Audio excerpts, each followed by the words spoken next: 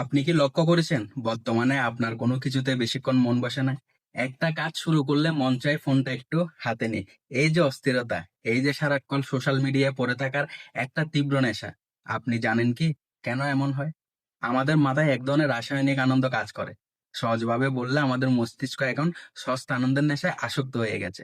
যেমন মাদক নিলে মানুষের নেশা হয়, ঠিক তেমনি সারাক্ষণ স্ক্রল করা বা আজে বাজে ভিডিও দেখা আমাদের মনের মধ্যে এক ধরনের বিষাক্ত নেশা তৈরি করছে।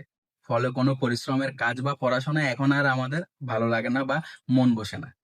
আজ আমি আপনাদের শেখাবো কিভাবে মাত্র 7 দিনে আপনার মনের এই বিষাক্ত নেশা দূর করে নিজের জীবনের নিয়ন্ত্রণ নিজের হাতে ফিরিয়ে নেবেন। আমি একে বলছি মস্তিষ্ক পরিষ্কার করার চ্যালেঞ্জ।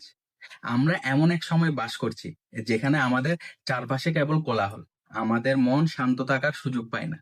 সকালবেলা চোখ খুললে আমরা প্রথম কাজটা করি বালিশের পাশে থাকা ফোনটা হাতে নিয়ে নোটিফিকেশন চেক করা। অথচ এই সময়টা কথা ছিল নিজের সাথে কথা বলার, দিনটা পরিকল্পনা করার, কিভাবে দিনটা ভালো কাটবে, কি করলে আমার লাইফটা সাকসেসের দিকে এগোবে। কিন্তু আমরা কি করছি? আমরা আমাদের মনের নিয়ন্ত্রণ তুলে দিচ্ছি অন্য কারো হাতে। অন্যের পোস্ট, অন্যের লাইফস্টাইল আর অন্যের বিতর্কিত ভিডিও দেখে নিজেদের মূল্যবান সময় নষ্ট করছি। এই যে সারাদিন আমরা ফোনের স্ক্রিনে আঙ্গুল ঘষছি, এটা আসলে আমাদের মনের ভিতর এক তীব্র ক্লান্তি আর অস্থিরতা তৈরি করছে। আপনি হয়তো ভাবছেন আমি তো জাস্ট বিনোদন নিচ্ছি, কিন্তু সত্যিটা হলো আপনি আপনার মনোযোগ দেওয়ার ক্ষমতা বা ফোকাস করার শক্তি দিন দিন হারিয়ে ফেলছেন। আর যার কাছে ফোকাস নেই আজকের এই প্রতিযোগিতার যুগে, তার কাছে আসলে কিছুই নেই। এখন আমি একটি গুরুত্বপূর্ণ বিষয়ে কথা বলতে চাই।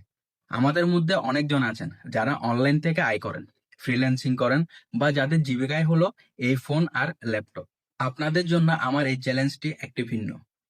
অনেকে আমাকে বলেন আমার তো কাজে অনলাইনে, আমি যদি ফোন বা ল্যাপটপ বন্ধ রাখি তবে আমার তো আয় বন্ধ হয়ে যাবে। দেখুন, সমস্যাটা কাজের ডিভাইসে নয়, সমস্যাটা আপনার ব্যবহারের ধরনে। আপনি ল্যাপটপ খুলেছেন ক্লায়েন্টের কাজ করতে, কিন্তু 5 মিনিট পর আপনি অজান্তেই ইউটিউবের কোনো ট্রেন্ডিং ভিডিও বা ফেসবুকের নোটিফিকেশনে ঢুকে পড়ছেন। এটাই হলো আসক্তি। আপনার জন্য পরামর্শ হলো কাজের সময় এবং অকাজের সময়ের মধ্যে একটি শক্ত দেওয়াল তৈরি করুন। আপনার ল্যাপটপে কেবল কাজের ট্যাব খোলা থাকবে, সোশ্যাল মিডিয়া বা বিনোদনের জন্য আলাদা একটি সময় নির্দিষ্ট করুন। কাজের মাঝখানে যখনই আপনার হাত ফোনের দিকে যাবে, নিজেকে প্রশ্ন করুন, এই কাজটি কি আমার কেরিয়ারের জন্য জরুরি, নাকি আমি কেবল অভ্যাসের বশে ফোনটা হাতে নিচ্ছি। কাজ শেষ হওয়ার সাথে সাথে নিজের ডিভাইস থেকে দূরে সরে যান। মনে রাখবেন, অনলাইন কাজের মানুষ হিসাবে আপনার সব থেকে বড় সম্পদ হলো আপনার মস্তিষ্ক। একে যদি আপনি সস্তা বিনোদনের আবর্জনা দিয়ে ভর্তি করে ফেলেন, তবে আপনার কাজের কোয়ালিটি কমে যাবে, আপনার সৃজনশীলতা হারিয়ে যাবে। তাই আপনার জন্য ডিটক্স হলো অপ্রয়োজনীয় ব্রাউজিং বন্ধ করা এবং শুধু কাজের সময়টুকুতে ডিভাইসে থাকা। এখন আসা যাক সেই 7 দিনের চ্যালেঞ্জ। এই 7 দিনে আমরা আমাদের মনকে নতুন করে সাজাবো। প্রথম দিন থেকে শুরু করে দিন, শেষ দিন পর্যন্ত আপনার রুটিনে কিছু মৌলিক পরিবর্তন আনতে হবে। প্রথম নিয়ম, সকালে প্রথম 1 ঘন্টা এবং রাতের শেষে 1 ঘন্টা কোনো ডিজিটাল স্ক্রিন নয়। সকালে ঘুম থেকে উঠে প্রকৃতির সাথে কথা বলুন, জানলার বাইরে তাকান বা একটু বই পড়ুন। রাতে ঘুমানোর আগে ফোনটা অন্য ঘরে রেখে দিন। এই সামান্য অভ্যাসটি আপনার মস্তিষ্কের অস্থিরতা অর্ধেক কমিয়ে দেবে। দ্বিতীয় নিয়ম, সারাদিনে যখনই আপনি কোনো কাজ করবেন ফোনটাকে নিজের থেকে দূরে বা অন্য কোনো রুমে রাখুন। আমরা ভাবি ফোনটা পাশে থাকলে কি হবে, কিন্তু ফোনের উপস্থিতি আপনার মনোযোগের 40% কেড়ে নেয়। তৃতীয় নিয়ম, এই 7 দিন আমাদের মনের শব্দ কমাতে হবে। আমরা সারাক্ষণ কানে ইয়ারফোন দিয়ে গান বা পডকাস্ট শুনি। কেন? কারণ আমরা একা থাকতে ভয় পাই। এই 7 দিন দিনে আপনি যদি অন্তত 15 থেকে 20 মিনিট একদম নিঃশব্দে কোনো কাজ ছাড়া বসে থাকবেন, এই সময়টা আপনার মস্তিষ্ককে শান্ত হতে সাহায্য করবে। বিষাক্ত নেশাগুলো শরীর থেকে ধুয়ে মুছে একদম পরিষ্কার হয়ে যাবে। আমি জানি এই পথটা সহজ হবে না।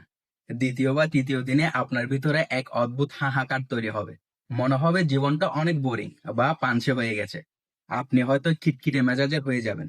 কিন্তু জানবেন, এটাই হলো আপনার ব্রেন রিসেট হওয়ার লক্ষণ। মাদক ছাড়লে যেমন শরীর কাঁপে, সস্তা বিনোদনের এই অভ্যাস ছাড়লে আপনার মন ছটফট করবে।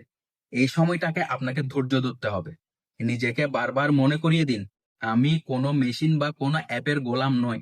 আমি একজন মানুষ এবং আমার উপর কেবল আমারই নিয়ন্ত্রণ থাকবে। আপনি এই 7 দিন সফলভাবে পার করতে পারবেন, তখন আপনি এক অলৌকিক পরিবর্তন নিজের মধ্যে অনুভব করতে পারবেন।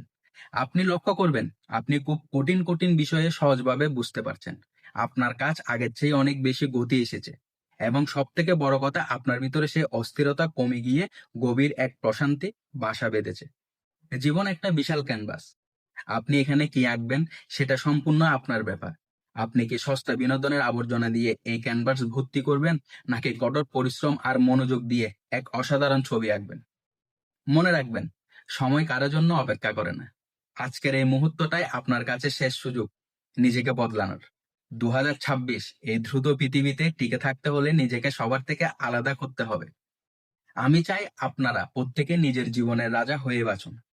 আমি শুধু চাই, যদি এই কথাগুলো আপনার মনের কোথাও একটু নাড়া দিয়ে থাকে, তবে আজ থেকে এই চ্যালেঞ্জটি শুরু করুন। আপনি যদি সত্যি পরিবর্তন চান, তাহলে নিজেকে নিজে কথা দিন যে আজ থেকে আপনি আপনার মস্তিষ্কের মালিক হবেন, গোলাম নয়। কমেন্ট বক্সে শুধু নিজের প্রতি নিজের প্রতিজ্ঞাটা লিখে যান। আমি আজ থেকে নতুনভাবে শুরু করছি। আপনাদের এই লড়াইয়ে আমি সবসময় পাশে আছি। নিজের উপর বিশ্বাস রাখুন, নিজের শ্রমের উপর আস্থা রাখুন। মনে রাখবেন, অন্ধকারের পরেই কিন্তু ভোরের আলো আসে। আজ আপনি যে কষ্টটা করছেন, কাল এটাই আপনার সব থেকে বড় শক্তিতে পরিণত হবে। সবাই ভালো থাকবেন, সুস্থ থাকবেন, এবং নিজের লক্ষ্য আর লড়াইয়ে অটল থাকবেন। তো বন্ধুরা, এই ভিডিওটা কেমন লাগলো? যদি ভালো লেগে থাকে, একটা লাইক আর একটা কমেন্ট। আর এই চ্যানেলে নতুন হয়ে থাকে, চ্যানেলটিকে অবশ্যই একটি সাবস্ক্রাইব করো।